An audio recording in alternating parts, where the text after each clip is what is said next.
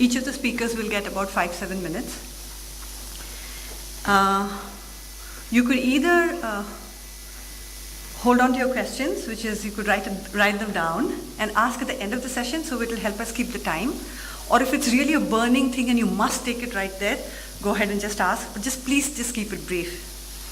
So just to set the ball in motion, I thought I could talk for about 3-4 minutes before I call on the next speaker.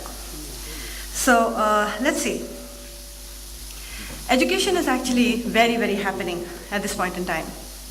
Not just because there's a lot of ICT coming in, but because I think that the tempo, the scenario, the business opportunities in education is so real time and something that offers a lot of revenue. It's an industry that is not, it's a recession-free industry. It actually does not follow the economic downturns of the countries. It does not get affected by the dollar slipping in comparison to the rupee. It's also something that's going to open up in terms of FDIs, right? There's been a huge talk going on. So given that, and given that corporates are looking at coming in, EDUCOM has already set the trend, coming into content development, I think if any of you are in the room to look at economics for education, you're in the right place, seriously. What I'm going to do is in the next couple of minutes, I'm going to just show you the experiences we've had through 2 of our schools right here in Ahmedabad, the DPS Bhopal and the DPS East. We decided to talk to students. At the end of the day, they are the beneficiaries of what is it that we are going to offer. And we asked them whether a machine is better than the teacher. And you'll be surprised that, I mean, if this was USA, I think it would be a resounding yes. But because it's still India, and because we still believe in human element, and we still respect Guru Deva and all of that, I think there's kind of a mixed response, where they're definitely saying that we learn through experience from our teachers, but our teachers are also too human. They complain to our parents, and every now and then we get a bashing in the class, which is like verbal bashing in the class. What's also happening is the freedom that digital learning offers at any place. They can sit and learn, I think is the biggest thing that students would like to take home. So about 2 years ago, there's just an article that says that we completely did away with chalk and talk methods of teaching. And by that I mean physically. You can't do away with the visual mechanism, but we do no longer have green chalkboards. We started to have classrooms which are smart classes. I mean, it's actually no-brainer to tell you the advantages that you can have when you get into a completely digitized learning environment. Think of the entire data management, your entire transportation, your student management, your fee management, your continuous evaluations, your online modules, everything gets completely so streamlined. So what's going to happen is actually the teacher is more free for creativity, because the minimum standards of benchmarking of standard of quality, you've actually ensured through digitization. So a lot of things happen actually. The abstract difficult curriculum actually becomes to come alive when you use a multimedia way of teaching.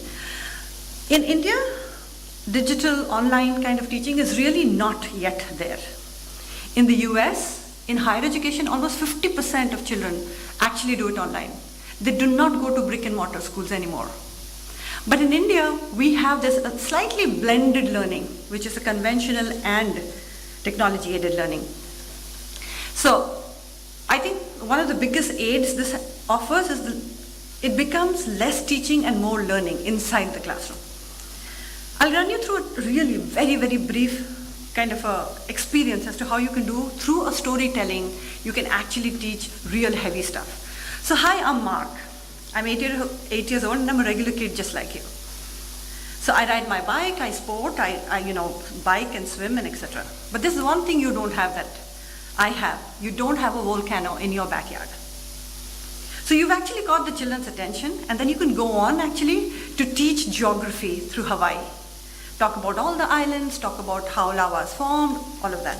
You can actually start to, through pictures, get into real deep discussions, like types of volcanoes, what is the composition, can you walk through a lava tunnel, all of that you can start to do. Which if the teacher had to explain in the classroom would be really very, very challenging. At the same time, there are huge challenges for the digital learning. I think children are so exposed today. I hate to say this, that our teachers are way behind in technology compared to the students. Way, way behind. And we call them the Facebook generation, right? And if education is about imparting information, then teachers have no role to play at all.